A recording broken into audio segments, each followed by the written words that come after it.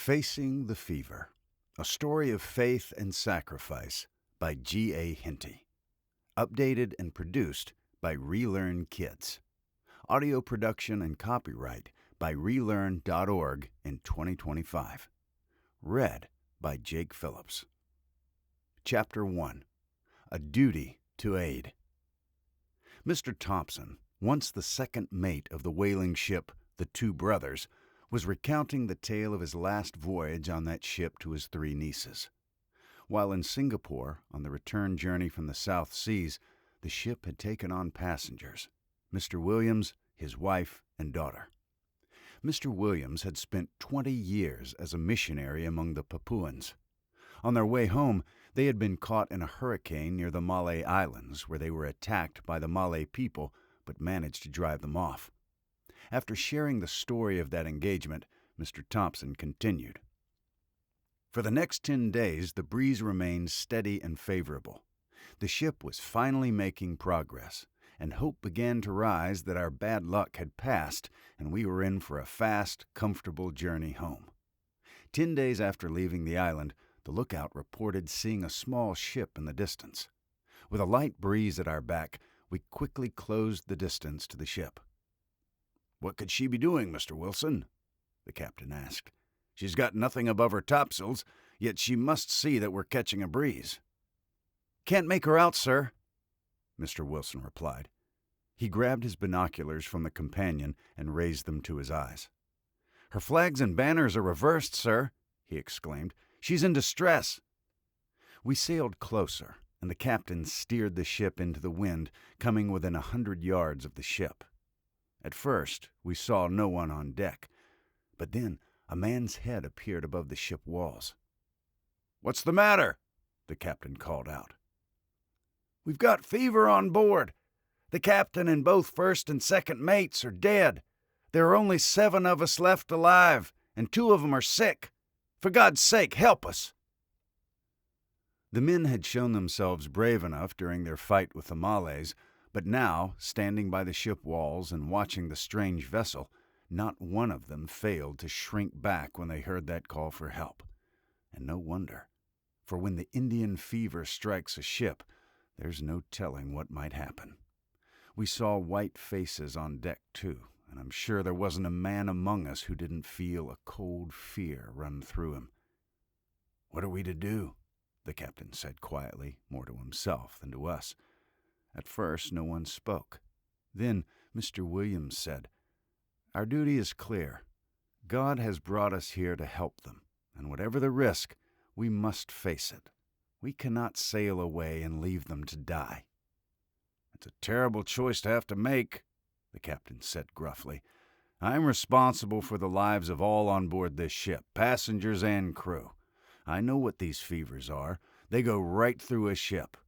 There are but 7 men alive now on that vessel. Another day or 2, there may not be one.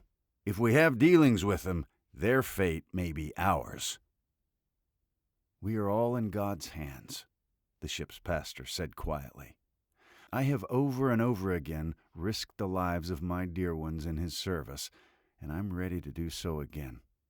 You agree with me," he said, turning to his wife and daughter, "that however great the danger, it is our duty to aid these poor souls?" Mrs. Williams glanced piteously at her daughter, and her lip quivered, but she bowed her head in submission, while Jane exclaimed, "Of course, Father, who could hesitate for a moment?" Chapter 2. The Duty of Sacrifice. The captain looked around at the rest of us. We would have chosen to face a dozen ships full of Malay warriors eager for our blood rather than board that ship. But after Jane Williams spoke, none of us could bring ourselves to voice our fear. Finally, seeing that no one else would speak up, I said, "If the ladies are willing to take the risk, sir, it's not for us men to pull back. As Mr. Williams says, we're all in God's hands, so let us do our duty before the Lord." "So be it," the captain said solemnly. Turning to the men on the lower deck, he ordered a rowboat to be lowered. A chorus of protests rose up. "No, no, it'll be throwing away our lives!" Then an old sailor stepped forward. My mates have asked me, Captain, to speak for 'em, and to say that we all agree it would be reckless to board that ship. We're ready to follow your orders, Captain Peters, and do our duty whether in a storm or calm, but we won't risk bringing the plague on board this ship." There was a general agreement, and some of the men quickly moved to the braces, preparing to trim the sails and set the ship back on course. We all turned to the captain, waiting for orders. There were only 3 of us who could be counted on in a fight. The trader and the parson couldn't be relied upon, and the passenger mate was still bedridden with a leg injury. "Men," the captain said, "remember that there are 7 sailors like you on that ship who will die unless you go to their rescue.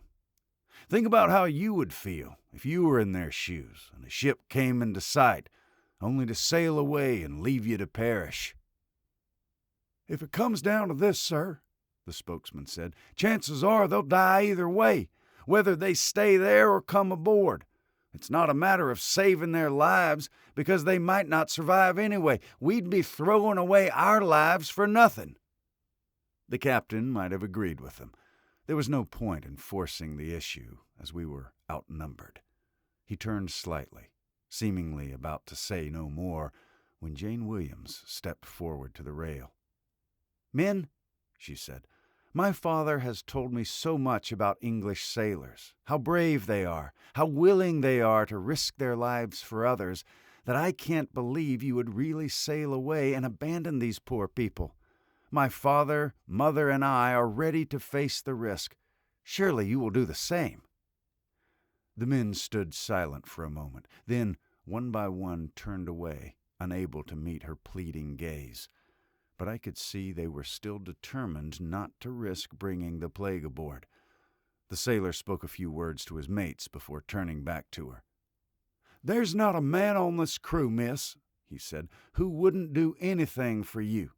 No one who wouldn't risk his life for you in a fair fight, but we're not ready to die like dogs, especially when there might be no good outcome. We don't believe that just for the chance to save 7 lives, we should risk losing 30. Jane turned around. Her expression completely changed. I'd never seen anything like it before, and I don't think I ever will again. It was as if her face was glowing, and she said, "Then, Father, at least we can do our duty, and our place is with them." Her father understood her. "You're right, Jane, quite right, my child," said her father. "Captain, will you give us one of the boats? My wife, daughter, and I will go on board that ship. Will you leave our belongings at the Cape when you stop there so we can pick them up if it's God's will that we will ever make it back to land?" The captain stood speechless for a moment. Then I said, "Captain Peters, since it seems there are no officers on board that ship, I would, with your permission, go aboard and take charge." "Very well, Mr. Thompson, if that's your wish. I certainly won't oppose it, and I respect your proposal." "Can you spare me 4 men, sir, if I can get them to volunteer?" The captain nodded, and I turned to the men. "My lads," I said, "Mr. Williams, his wife, and daughter are going on board that ship. They're leaving the 2 brothers for good and choosing to share their fate with those poor souls on board. With the captain's permission, I'll be taking command of their ship, and I need 4 volunteers to come with me. I'm asking for 4 men who have no wives or children depending on them, as we'll be putting our lives at risk. I need 4 true Christian Englishmen who will follow the examples set by these godly ladies." 8 of the men stepped forward immediately. Sailors are a strange breed. Not one of them had been willing to risk bringing the fever aboard the 2 brothers, but the chance to board the plague-stricken vessel and face such danger head-on was a form of heroicism they were ready to embrace. Moreover, while they had refused to heed Jane Williams' appeal and had remained united as a group, none of them could help feeling a sense of shame at being outdone in courage by a girl. The 8 men who volunteered were, I believe, the only unmarried men in the crew, and I'm certain that had I asked, every last one of them would have stepped forward. I chose 4 of the men, and within minutes they had gathered their kits from their bunks and placed them in one of the boats. The steward brought the passengers' boxes, and the captain ordered a barrel of vinegar and a keg of gunpowder to be hoisted into the boat. Just as the men were about to lower it from the hoists, the sailor who had spoken earlier stepped forward. "Captain Peters, the men want me to say they've changed their minds, and they're ready to go out and bring those men aboard.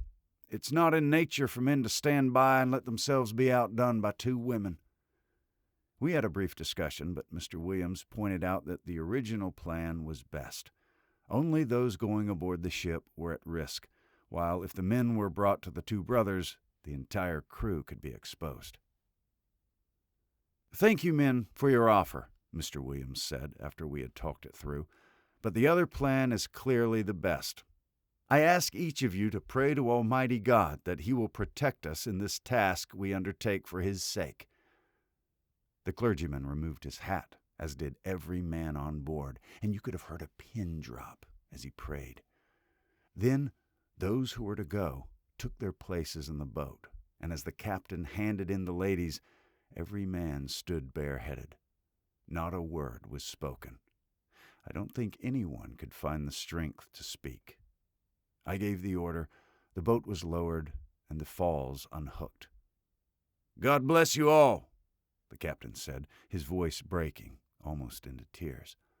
A quiet murmur came from the rest, and I don't believe there was a dry eye on the ship as we rowed away. Chapter 3. A Duty to Save. "Now, lads," I said as we neared the ship, "remember that the best way to fight off the fever is to keep up your spirits and remain clean. You must decide that you're here to battle it, and you won't be beaten. With God's help and protection, I believe we can win this fight. You were all brave and confident when the Malay warriors were coming to attack us. We must face the fever with that same courage." A rope was thrown as we came alongside, and I climbed up onto the deck. Just as I did, a cheer came up from the two brothers. It was a strange cheer, but we understood it. While our fellow sailors were trying to say goodbye, their voices were too choked to come out clearly. "Give them a cheer back, lads," I said, and though there were only 6 of us, our shout was louder and more heartfelt than the entire crew of the two brothers. The ladies waved their handkerchiefs in response. Then we heard the captain's voice across the waters giving orders. The yards swung around, and the two brothers began to slip through the water again, back on our course. I jumped down from the rail onto the deck of our new vessel. 4 men stood there. They looked ghastly and shrunken, as if they had barely enough strength to haul on a rope. "Now, my lads," I said, "I've been sent on board to take command here. I have 4 men with me, and 2 ladies and a clergyman have shown bravery in coming to nurse and assist you. Where are the others?" "The 2 who are down in the fever are in their bunks. The other man is looking after him." "Are there any dead on board?" "Yes, the captain and first mate are dead, lying in the back. One passed yesterday, the other 2 days ago. There are 2 or 3 more in the front. We didn't see the point in burying them." The way he spoke made it clear that he had completely lost heart. "Well, my lads," I said, "now you need to pull yourselves together. I won't allow my men on board until the ship is cleared of the dead. After that, we'll tidy things up and we'll get the ship in order. Just bring up an old sail to wrap them in, some needles for sewing, and some cannonballs from below. First, let me give each of you some antibiotics." 2 bottles were handed up to me from the boat, and I cast off the rope. "Drop behind 100 yards or so," I said to the men, "and don't come up until I call you." The thought that help was finally here lifted the spirits of the sailors, and they set to work with determination. One of them was a sailmaker, and as the others brought up the bodies from the cabin, he sewed them roughly in canvas, placing a couple of cannonballs at their feet. As soon as each was prepared, we tossed the dead bodies overboard. In about an hour, it was done. I then hailed the boat, and when it came alongside, I instructed the men to come on deck. "Mr. Williams," I said, "I'll have you stay behind for a while until I get things in order." With that, we got to work. I used a lot of gunpowder in the cabins and bunks, then rinsed everything down with vinegar and water. We washed the floors, decks, and anything else we could reach. Once we'd done all we could to clean the ship, we hauled the boat alongside, brought our passengers aboard, hoisted the rowboat back up, squared the sails, and set the ship back on course.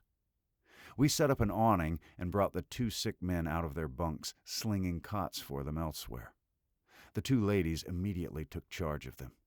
Then we got to work setting up a small tent for the ladies on the deck and rigged another awning over the bunks for the rest of us, as I thought it best that no one should sleep below. That night, one of the sick men passed away, but the next day the other showed signs of improvement. This was encouraging, as no one who had caught the fever before had recovered. The following day, 2 men from the original crew fell ill. I can't fully express how the 2 ladies cared for these sick men. They could not have done more if they were their own brothers. The pastor helped them as well. At first, our hands were full, as you can imagine, and that was a blessing because it kept the men from thinking too much or wondering whose turn was next. Everyone was on duty during the day and at night, and I divided the crew into 2 watches, 4 men in one and 3 in the other. I stayed on deck all night and managed to sleep during the day. Each night and morning, all hands gathered for prayers, and often, as we went about our work during the day, we could hear Jane Williams singing a hymn as she sat beside the sick men. The calmness of the 2 ladies did more than anything to keep the men's spirits up, and even the 3 of the old crew still standing grew more hopeful. Neither of the 2 men who had been recently attacked died, and after 4 more days without seeing anyone else falling ill, we began to think the fever had lost its power. But one morning, just as the dawn light began to creep over the sky, Mrs. Williams came out from the little tent on deck and hurried up to me as I paced by the rail. There was no need for words. It was clear from her pale face, quivering lips, and restless hands that something was wrong. I immediately knew that Jane Williams had come down with the fever. It felt as though her voice came from a distance when she said, "Will you call my husband, Mr. Thompson? I fear that our Jane is ill." It was light enough, but I stumbled against things 6 times as I made my way forward and sent the pastor to his child. All that day, the ship seemed under a heavy silence.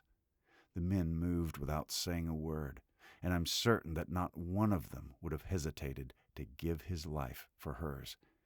It was late in the evening when Mr. Williams came forward, took my hand, and said, "Jane wishes to speak to you." Her mother stepped out of the tent as I went in. I approached the side of the cot where Jane was lying, took her hand, but found myself unable to speak, even if my life had depended on it. She smiled quietly up at me. "I wanted to say goodbye, Robert. I know what you've hoped for, but you see, God has arranged things differently, and He knows what's best for us. Do not grieve, dear. We shall meet again, you know." She passed away that night. Before morning, a strong breeze picked up and soon turned into a storm. I didn't think we'd survive it, short-handed as we were, and honestly, I didn't care whether we did or not. But I had to do my duty before the Lord. We had to cut away many of the sails as we were too weak to handle them. Eventually, we got her under a snug canvas. We ran with the storm for 4 days, and when it finally died down, we set sail again and made our way safely to the Cape Harbor. By God's grace, the storm had blown the last of the fever away, and by the time we reached the Cape, all 3 of the sick men were fit for duty again. Once we arrived, we fumigated and whitewashed the ship, brought on fresh hands, and headed home. Uncle Robert paused. The story was finished. For him, it had ended when Jane Williams died. The 3 girls sat quietly, tears in their eyes, and not a word was spoken until the eldest rose from her seat. She placed her hands on his shoulders, bent down, and kissed him. "And that is the reason, Uncle Robert," she said, "why you never married?" "I suppose so, Bessie. I've waited for Jane. She was to be my wife. But as she said, we should meet again. I believe that. Heaven will reunite us. Thank you for listening to Facing the Fever, a story of faith and sacrifice. To listen to other Christian audiobooks for the entire family, visit relearn.org or download the Relearn app.